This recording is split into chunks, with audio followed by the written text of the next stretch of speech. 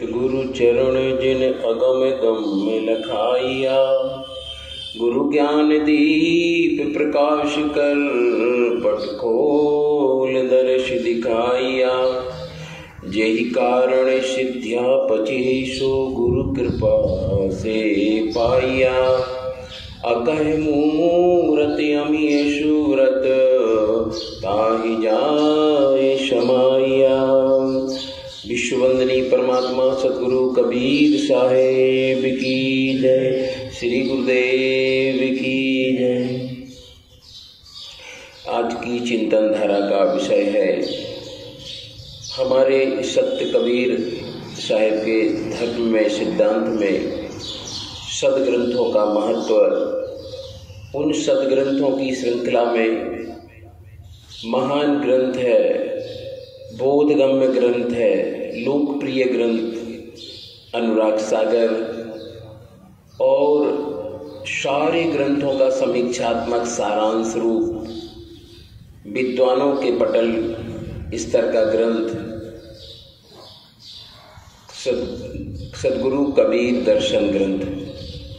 इन ग्रंथों का रहस्य, उनकी विशेषता, महत्ता, आवश्यकता, उपादेयता क्या है, इस पर हम गंभीरता से विचार करें। यदि हम साधना नित्य नेम की उसकी बात करें तो सबसे पहली प्रवेशिका गुरु महिमा होती है। और यदि हम सद्गुरु कबीर साहब के वाङ्मय में प्रवेश करना चाहते हैं तो सबसे पहले हमें अनुराग सागर का अध्ययन करना चाहिए। अनुराग सागर ग्रंथ के विषय में पहले कहूंगा।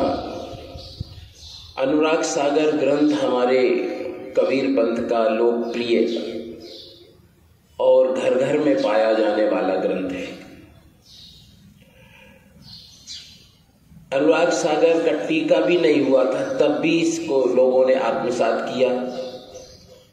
इसके पाठ पारायण होते थे, इसको लोग बड़ी दिलचस्पी से अध्ययन करते थे। और जब इसका अनुराग सागर का टीका हो गया, सबसे पहले इसी संस्था, हमारी संस्था से ही इसका टीका किया गया और सब लोग जनमानस के सामने लाया गया। अनुराग सागर, अनुराग माने विशुद्ध प्रेम, शुद्ध प्रेम। तो प्रेम की बात तो दुनिया वाले बहुत करते हैं, लेकिन वह विषय विकारों का स्वार्थ जन्य प्रेम है। परंतु मोक्ष जन्य प्रेम क्या है? प्रेम के बिना तो मनुष्य पाषाण है। तो मोक्ष जन्य प्रेम का वास्तविक स्वरूप क्या है? बिना प्रेम का मानुआ बांधा जमपुर जाए। तो प्रेम कैसा होना चाहिए, प्रेम किसको कहते हैं? तो इसमें सबसे पहले प्रेमी का लक्षण, अनुरागी का लक्षण ही दर्शाया गया है इस ग्रंथ में। और ये कितनी प्यारी स्तुति मंगलाचरण है। प्रथम बंदो सतगुरु चरण जिन अगम गम लखाइया। सबसे पहले धनी धर्मदास जी साहब अपने इष्ट आराध्य स्वामी सतगुरु कबीर साहब के चरणों में वंदना करते हैं। धर्मदास जी अपने सतगुरु की प्रथम बंदो सतगुरु चरण, सबसे पहले उन्होंने गुरुदेव के चरणों की वंदना की। और करना भी चाहिए, अध्यात्म का यही नियम है। दुनिया वाले भले ना जाने, लेकिन गोस्वामी तुलसीदास जी ने भी रामायण में सबसे पहले गुरु वंदना ही तो की। प्रथम चौपाई में बंदो गुरुपद पदम पर आया।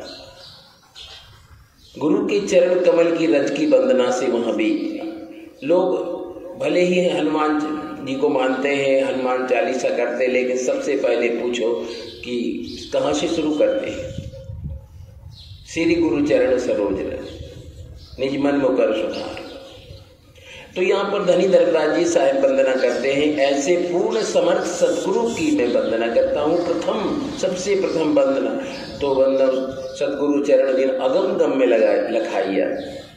अगम कहते हैं जिसको मन, बुद्धि, इंद्री, वाणी ना समझ सके, ना पहुंच सके, ना व्याख्यान कर सके, उस परम तत्व को जो मन, बुद्धि, वाणी की जहाँ गम नहीं है, पहुंच नहीं है, उस परम तत्व निरक्षर तत्व, अनामी सत्ता का, अनिवर्चनीय सत्ता का विवेचन, वर्णन करने, कराने वाले, लखाने वाले गुरुदेव के जो अगम को, और गम में माने मन, बुद्धि, इंद्रियों के द्वारा, वाणी के द्वारा, अनुभव के द्वारा जाना, समझा, सोचा, देखा, समझा जा सके, तो अगम और गम दोनों का भेद लखाने वाले सदगुरु के चरणों में कोटि कोटि बार वंदना। जिन अगम गम में लखाइया, अगम को भी लखा दिया, जिनको मन, वाणी, बुद्धि नहीं पहुंच सकती, नहीं कह सकती, नहीं देख जाना जा समझा सकता, उस अगम को भी सदगुरु ने गम करा दिया, सुलभ करा दिया, लखा दिया। और गम जो मन, बुद्धि, वाणी, इंद्रियों से जाना, समझा, देखा, सुना, समझा जा सकता है, उसका भी बोध करा दिया।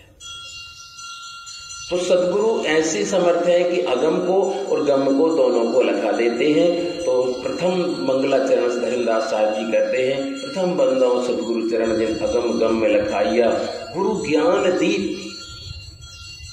और ऐसे समर्थ सदगुरु ने ऐसा प्रचंड ज्ञान का दीपक प्रकाशित कर दिया, गुरु ज्ञान दीप प्रकाश कर पट खोल दरस दिखाइया। जो अज्ञान का पर्दा था, अज्ञान का दरवाजा लगा था, वो खोल दिया, तो आत्मा, परमात्मा, जगत और जीवन का बंधन और मोक्ष का सारा ज्यों का त्यों दिग्दर्शन होने लगा। मेरा और प्राणियों का बंधन क्या है, मुक्ति क्या है, जगत क्या है, जीवन क्या है, जीवन का उद्देश्य क्या है, काल क्या है, दयाल क्या है, ये सारा भेद सदगुरु ने लगा दिया। गुरु ज्ञान दीप प्रकाश कर, ऐसा ज्ञान का प्रकाश कर दिया सदगुरु ने। गुरु ज्ञान दीप प्रकाश कर तो पटखोल दरस दिखाइया, यही कारण सिद्ध्या बचे।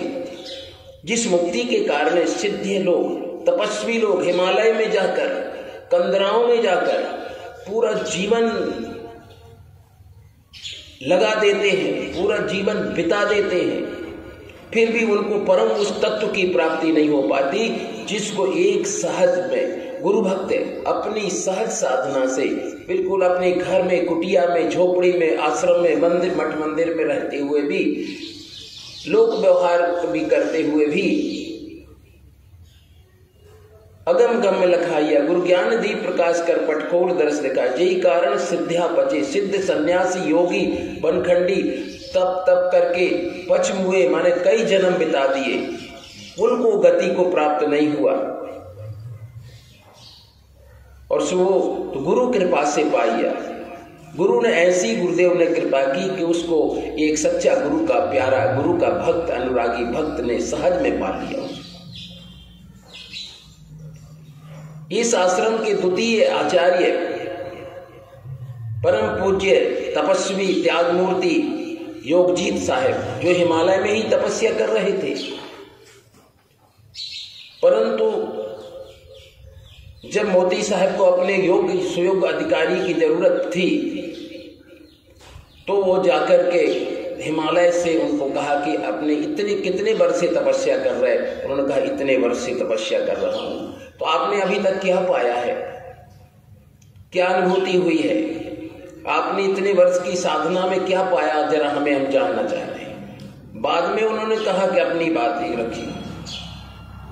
तो फिर जब वो नहीं बता पाए कि बस केवल हमने इतने ऐसा किया, तो आत्मज्ञान से वंचित बोले आप हजारों जीवन ऐसे गुजार देना, तब भी बिना गुरु के, बिना ज्ञान के कभी भी आत्मदर्शन और मोक्ष की प्राप्ति नहीं हो सकती। तब भेंट हुई योगजीत साहब से मोती साहब की। मोती साहब ने स्वरूप अपना कुछ करिश्मा दिखलाए और उनको अनुभूति थोड़े से प्रयोग से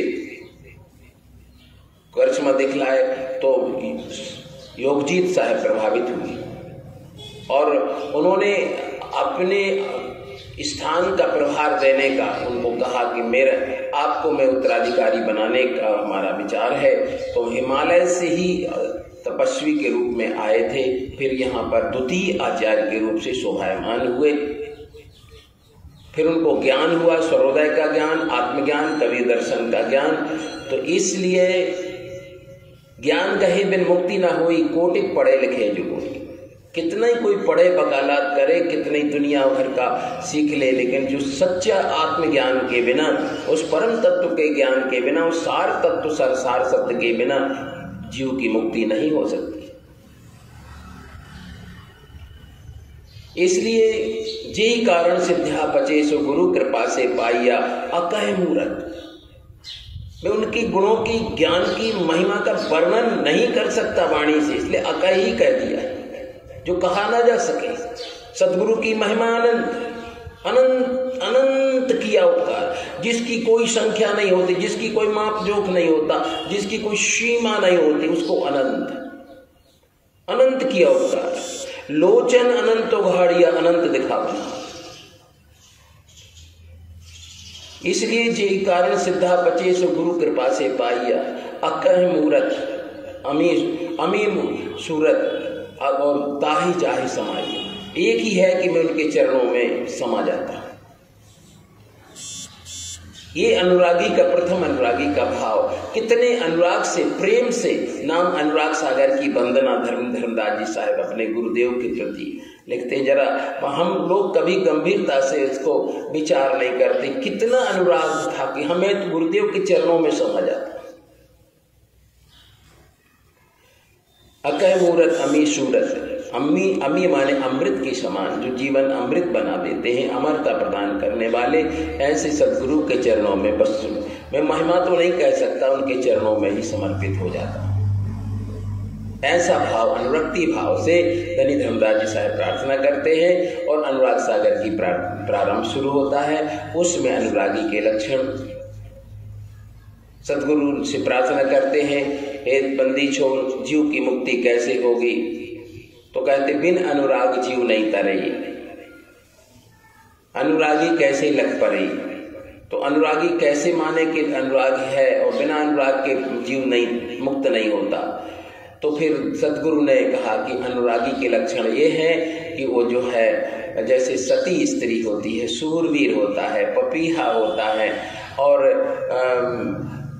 पतिंगा होता है। पतिंगा होता है वो दीपक के प्रकाश में जल जाता है, इतना प्रेम है उसका, अनुरक्ति है प्रकाश से। सती स्त्री पति प्रेम के कारण जल जाती है लेकिन पीछे कदम नहीं हटाती। शूरवीर टूक होकर के पूरा रण में टुकड़े टुकड़े हो जाता है लेकिन वह भागता नहीं रण से। इसी प्रकार से पपीहा चाहे वो कितना समुद्र भरा हो लेकिन वह स्वाति बूंद के अलावा और दूसरे जल को नहीं पीता। ऐसे विभिन्न उदाहरणों से अनुरागी के लक्षण व्यक्त करते सदगुरु। ऐसे लक्षण अनुरागी, यदि गुरु में कोई मुक्त पुरुषों में अपने गुरुदेव में अनुरक्ति हो जाए, अनुराग जाग जाए, प्रेम जाग जाए, तो निश्चित है धर्मदास जी उस हंस की मुक्ति, ज्ञान होना और मुक्त होना अवश्य निश्चित समझो। तो सबसे पहली शर्त रखी अनुराग होना। तो अनुरागी के लक्षण और ये अनुराग के सब नाम ही इस ग्रंथ का शुरुआत से अनुराग सागर, विशुद्ध प्रेम का सागर जो उमड़ता है तभी व्यक्ति को ज्ञान होता है, तभी मोक्ष। क्योंकि जब अनुराग में शुद्ध प्रेम नहीं होगा तब तक ज्ञान नहीं होता है। किसी न किसी गुरुजनों के सानिध्य में जब कोई हंस जुड़ता है, अपने प्रेम, अपने संस्कार, अपनी पुण्य पारणी को लेकर जब जुड़ता है तो वहां से जरूर वह जो जिसको सच्चे दिल से मानता उसका उसकी आभा, उसकी प्रभा, उसका ज्ञान, उसकी ऊर्जा, उसका सब कुछ उसमें समावेश हो जाता है ऑटोमेटिक। इसलिए जो जाहि को भावता सो ताहि के पास। तो जब तो गुरु के चरणों में अनुराग हो, प्रीति हो, तो निश्चित ही वह ज्ञान का, मोक्ष का अधिकारी शिष्य बन जाता है। फिर इसके बाद में फिर अनुराग के बाद में फिर क्या है, बोले विरह जागता है। विरह जागा तो फिर ज्ञान हुआ, ज्ञान हुआ तो फिर वह साधु वैराग हो जाता है, साधुता बन जाता है। तो फिर साधु के लक्षण क्या है, तो मृतक भाव का उदाहरण दिया। और जैसे गन्ना को टूक टूक करके भी पेरा जाता है, फिर गन्ना से रस बना, खांड बना, गुड़ बना, गुड़ को भी तपाया तो चीनी बनी, चीनी को भी जब किया तो फिर मिश्री बनी, फिर उसको भी रिफाइंड किया तो कंद बना, गुलकंद। कहे कबीर तब सबके मन भावे। तो ऐसे ही जितना भी हम उसको तपाते जाते हैं, उसको रिफाइंड करते जाते हैं, उतना सार बन जाता है। और भी ऊख का ही नहीं, और साहब ने और भी उदाहरण दिए। तो इस प्रकार से जब कोई साधक वो अनुराग जागता है तो साधु बन जाता है। जब साधु की मृतक भाव को धारण करके गुरु के सार शब्द का भजन सुमरण करता है, सार शब्द को प्राप्त करता है, तो निश्चित ही वह साधु स्वरूपी गुरु है, गुरुत्व को प्राप्त करता है। और फिर गुरु ही ईश्वर रूप में हो जाते हैं, वह गुरु स्वरूपी आप माने यहाँ शब्द, आप शब्द का उद्बोधन, संबोधन, संकेत इशारा है ईश्वर के प्रति। साधु स्वरूप में ही गुरु है, गुरु स्वरूपी आप। साधु ही की साधुत्व परम परिपक्व अवस्था का नाम गुरुत्व में बदलता है, और गुरुत्व ही फिर ईश्वर का रूप माना जाता है। इसलिए निश्चित ही ये इस ग्रंथ में फिर साधु का मृतक भाव और कीट भृंग न्याय से कैसे गुरु अपने समान बना लेते हैं, फिर साधु से फिर गुरु बन जाता है, फिर गुरु बन जाता है तो जैसे कीट माने संसारी जीव के लिए संबोधन है। हमने ये प्रयोग जीवन में देखा है। एक भृंगी कीड़ा होता है, ततैया की प्रजाति का होता है। ततैया से थोड़ा बीच का भाग लंबा होता है और लंबा होता है, उससे भिन्न भिन्न करता है। और वो जमीन में खोद करके भी बिल बना करके, और कोई भी झींगुर को, कोई भी जंतु को, जीव को पकड़ के लाता है, भिन्न भिन्न करके सुनाता है, और उससे सहमत हो जाता है तो अपने में बदल लेता है। सहमत नहीं होता तो एक डंक लगाता है, नहीं सहमत दो डंक, तीसरा डंक लगाया, और अगर इतने पर भी नहीं वो सहमत होता है तो छोड़ के भाग जाता है। तो इस प्रकार से वो गुरु फिर अपने समान बना लेते हैं। तो इस प्रकार से कीट भृंग का उदाहरण, अनल पक्षी का उदाहरण। अनल पक्षी आकाश में रहता है, आकाश में ही पूरा विचरण करता है, उसके बच्चे भी वहीं आकाश में ही होते हैं। और वो जब धरती में आता है, पंख वो अंडा फूटता है, और उसके बाद में जब वो आते आते पंख भी हो जाते हैं, धरती पर आने के पहले ही और उसके पंख पुष्ट हो जाते हैं। और जब धरती पर नहीं आया और वो सोचता कि मेरा परिवार तो आकाश में, मैं क्यों धरती पर जाऊं, तो अपने माता पिता की ओर वापस लौट जाता है। तो इस प्रकार से जब जीव की सुरती के लिए संसार तुम्हारा देश नहीं है, और ये बहुत विविध प्रकार के भृंगी के द्वारा और अनुरागी के लक्षणों के द्वारा और मृतक भाव और गुरु शिष्य का भेद और नाना प्रकार से उदाहरण देख करके उसमें इस अनुराग सागर ग्रंथ में समझाया गया है। साधु का मृतक भाव और जीवन मुक्त अवस्था और बंधन, पंच विषयों का त्याग और पांचों इंद्रियों का वशीकरण साधु कैसे करता है। पांचों इंद्रियों को बस में, जो आम आदमी के लिए बहुत कठिन और कुछ भी इतना हवा मान लेता है, और परंतु गांधी जी के चिंतन में भी हमने सुना है कि हर व्यक्ति के अंदर अपने ब्रह्मचर्य की चाबी है, जो कोई गुरु कृपा से प्राप्त कर ले। हर व्यक्ति के अंदर वो चाबी है जो अपने पांचों इंद्रियों का वशीकरण कर सकता है। एक इंद्रिय नहीं, पांचों इंद्रियों का वशीकरण कर सकता है। तो पांचों इंद्रियों का वशीकरण भी अनुराग सागर में बहुत अच्छे से है। पांचों इंद्रिय शम कर राखे, निस्दिन नाम अमीरस चाखे। और अनुराग सागर में फिर सृष्टि भेद बड़ा मजेदार है। सृष्टि भेद में तो मैं इतनी गूढ़ बातें, जो आगम संदेश और आदि भेद और कबीर मंसूर, कबीर सागर और विभिन्न ग्रंथों में जो सृष्टि उत्पत्ति का बीजक में भी जो कठिन भेद है, कठिन भाषा है बीजक की, तो बिल्कुल सरल भाषा में और वो आदि सृष्टि के भेद को सदगुरु कबीर साहब ने प्रस्तुत किया। तो धरींद्र धर्मराज जी साहब पूछते जाते हैं और सदगुरु कबीर साहब एक एक विषय का निर्वाह करते जाते हैं और सृष्टि भेद भी बहुत पढ़ने लायक है, समझने लायक है। जो तब की बात कहूँ धर्मदासा, जब नहीं मही पता लगा। मही माने धरती, आकाश, पाताल और 21 ब्रह्मांड, 14 भुवन, 7 दीप, 9 खंड की भी रचना नहीं थी। तब की बात मैं कह रहा हूँ। ऐसा किसी, मैंने बहुत सब शास्त्र पढ़ा हूँ, बहुत से पुराण पढ़ा हूँ, कहीं पर ये चर्चा नहीं है। मैं इसको आज लाइव के माध्यम से मैं अपना संदेश दे रहा हूँ। आज तक मैंने ऐसा शास्त्र नहीं पढ़ा जो सदगुरु जहाँ की बात करते। तब की बात कहूँ धर्मदासा, जब नहीं वही पता लगा। लोग तो कहते हैं विष्णु भगवान क्षीर सागर में लेटे थे, लक्ष्मी उनके पैर दबा रही थी। क्षीर सागर माने दूध का समुद्र, शेष नाग ऊपर से छत्र छाया किए थे, उनकी नाभि से कमल निकला, ब्रह्मा जी प्रकट हो गए, उन्होंने सृष्टि की रचना कर डाली। तो इसके मतलब है कि विष्णु जी और समुद्र कहाँ से था? आदि अधूरी बात कर रहे हैं आप।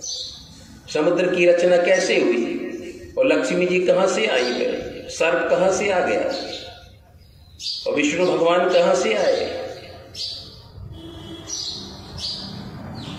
तो ये आदि अधूरी सृष्टि उत्पत्ति का वर्णन तो कहीं भी मिलता है, सुना होगा, देखा होगा। और ब्रह्मा जी ने फिर कैसे सृष्टि किया, तो निश्चित ही ये तो हमने बहुत पढ़ा, बहुत सुना, बहुत समझा। परंतु सदगुरु कबीर साहब जो जिस आदि भेद की सृष्टि की रचना का वर्णन करते, बिल्कुल सीरियल से, अनुक्रम से और यथार्थ सत्य भेद। सबसे पहले क्या था? ब्रह्मा विष्णु महादेव के पहले कौन थे? ओंकार निरंजन आद्या भवानी, जिसको दुनिया वाले जय माता जी और जो कुल देवी कहते हैं, तो कोई आद्या भवानी कहते हैं, कई दुर्गा माई बोलते हैं। तो आद्या भवानी और ओंकार निरंजन से ब्रह्मा विष्णु महादेव हुए। तो कोई ब्रह्मा विष्णु महादेव तक ही रह गए। ब्रह्मा विष्णु महादेव के उत्पन्न करता, उपादान करता वो ओंकार निरंजन और आदि भवानी। और आदि भवानी और ओंकार निरंजन के भी उपादान करता पूर्ण ब्रह्म सच्चिदानंद साहेब मालिक के कुल सुप्रीम पावर आदि ब्रह्म, पूर्ण ब्रह्म, सत्य पुरुष सत्य साहेब। वेद शास्त्र नाही जानत सत्य पुरुष कहानियां, मते वेद के जग चले पंडित करत उछेद, आदि भेद जाने नहीं। आदि पुरुष का भेद ये दुनिया वाले नहीं जाने की पोथियों में नहीं है। जिसकी जितनी बुद्धि है तितना देत बताए, ताको बुरा न मानिए। और कहां से लाए? कहां से लाएगा? उसकी पोथियों में नहीं, उनको गुरु ही नहीं मिला उस घर का, कहां से बात करेगा बेचारा? बुरा मानने की बात नहीं है। उस घर का सदगुरु ही नहीं मिला, उस घर की कोई परावाणी का भेद ही नहीं मिला। चूहे की दौड़ मंगरी तक, उतर तक की बात कराएगा बस। लेकिन आदि भेद तुमसे कहूं, सुनो धर्मनी तासी हो, सबई भव विस्तार पाछे, भेद साख देव में का ही हो। मैं किसकी उदाहरण दूं संसार का? जब कुछ भी नहीं था तो मैं उदाहरण किसका दूं? सब बाद में वेद का तब भेद नहीं, माने कुछ भी ये नहीं था। तो तब की बात कहूं धर्मदासा, जब नहीं मही पता लगा सा, ये कुछ भी ना, 7 समुद्र नहीं थे, धरती नहीं थी, सौर मंडल तारागण नहीं था, ब्रह्मा विष्णु महादेव नहीं थे, आद्या भवानी निरंजन भी नहीं थे, है? और अनेक बताऊं काही जब नहीं हते निरंजन भाई, निरंजन भी नहीं थे जिन्होंने जीवन को बांध झुलाया। तो सारा ऐसा बड़ा प्रचंड सृष्टि भेद का वर्णन राशिपूर्ण ये अनुराग सागर में है। और अनुराग सागर में बहुत विस्तार से उसका वर्णन किया गया है, साथ ही साथ में और सृष्टि भेद के बाद में जीव का बंधन और जीव का दुख का कारण और ये 10 इंद्रियों की गुलामीकरण और जीव का बंधन, मोक्ष क्या है, मंजिल क्या है, जीव कहाँ से आया है, कहाँ जाना है, सुरती का जागरण कैसे होगा, सुरती का कैसे जीव की जागरण होगी, सार शब्द क्या है, सार शब्द का भी वर्णन उसमें अच्छा खासा बताया है। जैसे ब्रह्म निरूपणम में, ब्रह्म निरूपणम में जैसे है ऐसे अनुराग सागर में भी सार शब्द का भी वर्णन है, साधु का मृतक भाव है, सृष्टि का, सृष्टि प्रवाह का, सृष्टि कैसे बनी इसका प्रवाह भी अच्छी तरीके से। और अन्य ग्रंथों में तो कठिन शैली है, लेकिन ये ग्रंथ बिल्कुल सरल, इसलिए हमने टीका में लिखा है ये बोधगम्य ग्रंथ है। सबके लिए, बच्चा से लेकर कम पढ़े लिखे लोग, माताएं, सबको बोध कराने वाला, सबकी समझ में आने वाला एक ग्रंथ अनुराग सागर है। इसलिए निश्चित ही अनुराग सागर का पाठ घर में होना चाहिए, अपने बच्चों को पढ़ाना चाहिए। गुरुद्वारे से ले आते हैं, बस पूजा करने के लिए रख लिए, फूल चढ़ाते हैं, दूर से नमस्कार कर लेते हैं, तो ऐसा ही लगा कि बीमार हो गए तो बड़े MBBS MD DM डॉक्टर के पास पहुंचे, उनने बड़ी अच्छी दवाई दे दी, तो दवाई ला करके जेब में रख ली, तो बस कह हम तो ठीक हो जाए। तो ये तो बात सही नहीं है, उसको ग्रहण करना पड़ेगा तब तेरी बीमारी दूर होगी। तो केवल पूजा करने के लिए ग्रंथ नहीं होते हैं, अध्ययन करो। इतने मेहनत तपस्या कर रहा हूँ लोगों के लिए कि लोग हर समय संत गुरु का सानिध्य और उनका ज्ञान ध्यान सत्संग सबके लिए हर समय सुलभ नहीं होता।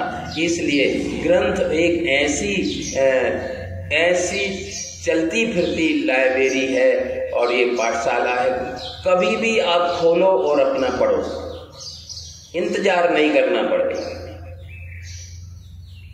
ये सच्चे मित्र की भूमिका निभाते हैं और बाहर के मित्रों का तो इंतजार करना पड़ता है, और आ भी गए तो अगर जलपान नहीं कराएंगे तो उनको परेशानी। अरे देखो गए मित्र के यहाँ पूछा भी नहीं पानी को, चाय जलपान को। तो ये ग्रंथ हमारे न चाय मांगेंगे, न जलपान मांगेंगे और न किसी प्रकार से आपको धोखा देंगे। तो निश्चित ही जब समय मिला तब भी आप तुरंत उठाइए, ग्रंथों का अध्ययन कीजिए। और सत्संग का मैं दूसरा रूप सदग्रंथों का अध्ययन मानता हूँ। मैंने जीवन में ऐसा किया है, उतारा है, विश्वास किया है, तभी मैंने जीवन का बहुत बड़ा हिस्सा, बहुत बड़ा श्रम, बहुत बड़ी तपस्या सदग्रंथों के प्रकाशन में लगाई है। बहुत बड़ा आर्थिक अर्थ भी, अंश भी हमने सदग्रंथों के निर्माण में, प्रकाशन में लगाया है। और ये कहना अतिशयोक्ति नहीं, और भी संस्थाएं हैं जो बहुत ग्रंथ लिखे गए, लेकिन कबीरपंथी साहित्य अर्थ सहित ये पहली भारतवर्ष की संस्था होगी जहां पर कबीरपंथी साहित्य का जितना प्रकाशन अर्थ सहित हुआ, ये संस्था हमारी प्रथम स्थान में है। साखी ग्रंथ का टीका, बीजक का टीका, अनुराग सागर का टीका, ब्रह्म निरूपणम का टीका, संध्या पाठ का टीका, गुरु महिमा का टीका, और यहाँ तक कि पूर्णमासी और गुरु महिमा तीसयंत्र का भी टीका किया गया, और कबीर दर्शन ग्रंथ को भी लिखा गया, और सारे बड़े ग्रंथों को सबका प्रकाशन यहाँ से हुआ। और कबीरपंथी साहित्य को के प्रकाशन में हमारी संस्था सबसे आगे है। ऐसा मेरा विश्वास है कि सत्संग का दूसरा रूप तो ग्रंथ ही है, और इससे अच्छा और जीव मनुष्य का समय का सदुपयोग दूसरा तो हो ही नहीं सकता। इसलिए सदग्रंथों पर काम किया। तो मैं आज के इस गोष्ठी में, इस चिंतन धारा में आपको बात संदेश कहना चाहूँगा कि हर व्यक्ति को ऐसे पावन ग्रंथ, बोधगम्य ग्रंथ और सरल ग्रंथ सबको लिए कल्याणकारी स्वयं सदगुरु कबीर साहब की वाणी है। आज ऐसा समझना चाहिए कि हम आज हर व्यक्ति इच्छुक रहता है कि कबीर साहब फिर से दर्शन दे दें, वो फिर से हमें कहीं दर्शन दे दे, कहीं ऐसे और फिर से अवतरित हो जाएं और हमें दर्शन दे दें। जैसे गरीब साहब को दिया, नानक साहब को दिया, मलूक साहब को, गरीब और अनेक संतों को ऐसा दर्शन दे। मान लीजिए दर्शन में नहीं भी देते हैं तो दर्शन भी देंगे तो वो यही संदेश कहेंगे जो अनुराग सागर में है, साखी ग्रंथ में, बीजक में है, वही संदेश फिर कहेंगे।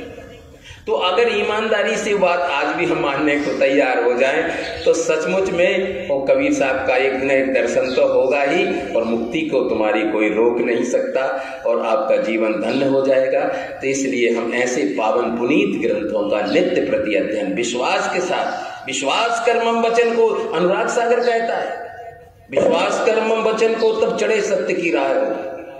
मेरे वचनों का विश्वास करो, सत्य की राह पर चढ़ो तो मैं जरूर भवसागर से पार लगा दूंगा।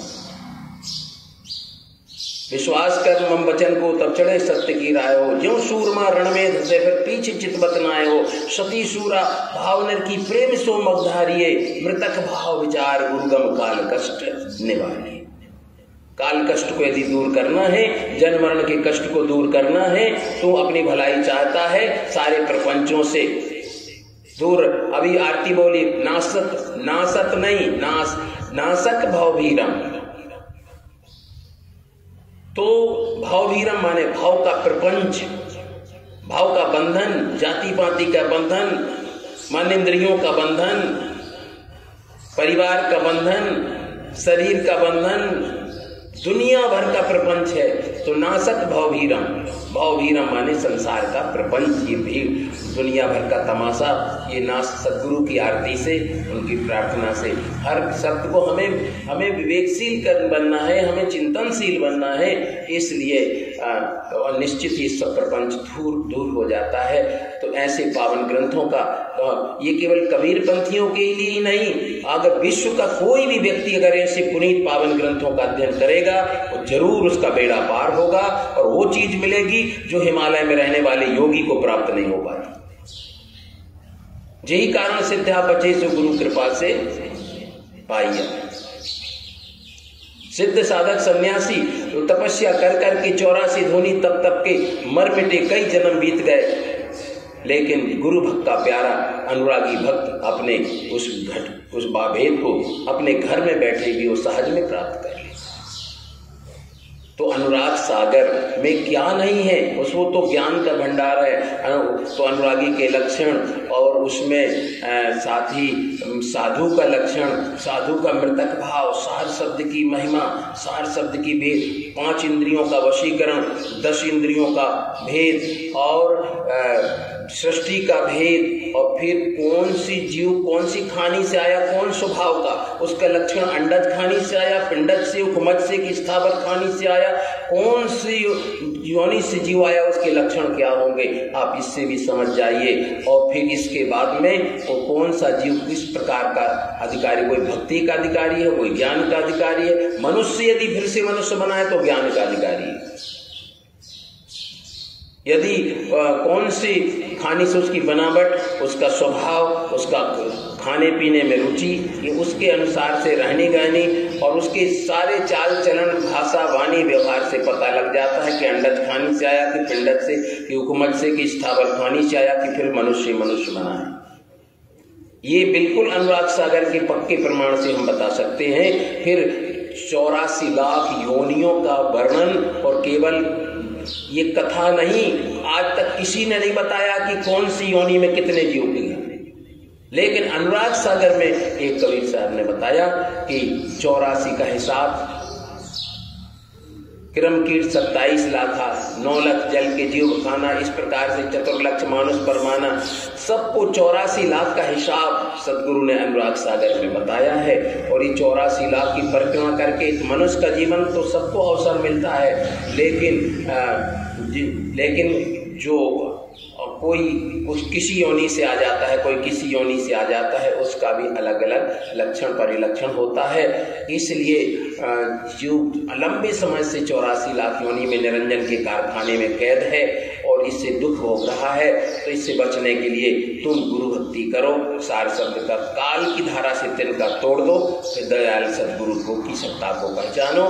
चौकार्ती का भेद, त्रिगुण का भेद, काल का जाल फैलाना, जीवों को बंधन कैसे अरेस्ट किया, इशारा भेद, काल दयाल का भेद, बहुत सुंदर काल दयाल का भेद परखाया गया अनुराग सागर में। और ये अनुराग सागर में आसानी से कोई बिना बताए भी काल दयाल का भेद जान जाए।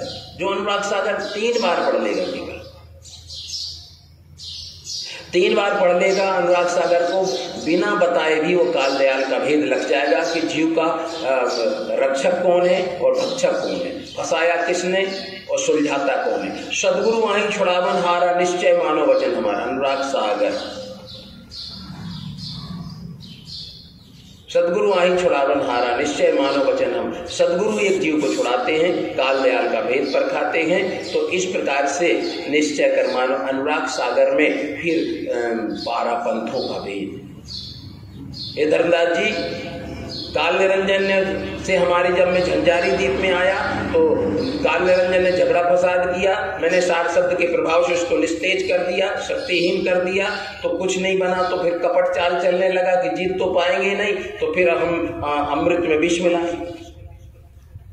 तो कालस्य कुटिलो गति, काल की गति कुटिल होती है। तो उसने फिर चतुरता से अपना उसमें अमृत में विष मिलाने का कोशिश किया और 12 पंथों का वरदान मांग लिया। हे ज्ञानी जी, आप हमारे देश में तो जा रहे हैं संसार में, परंतु हमें 12 पंथ का कुछ शर्तें हैं, कंप्रोमाइज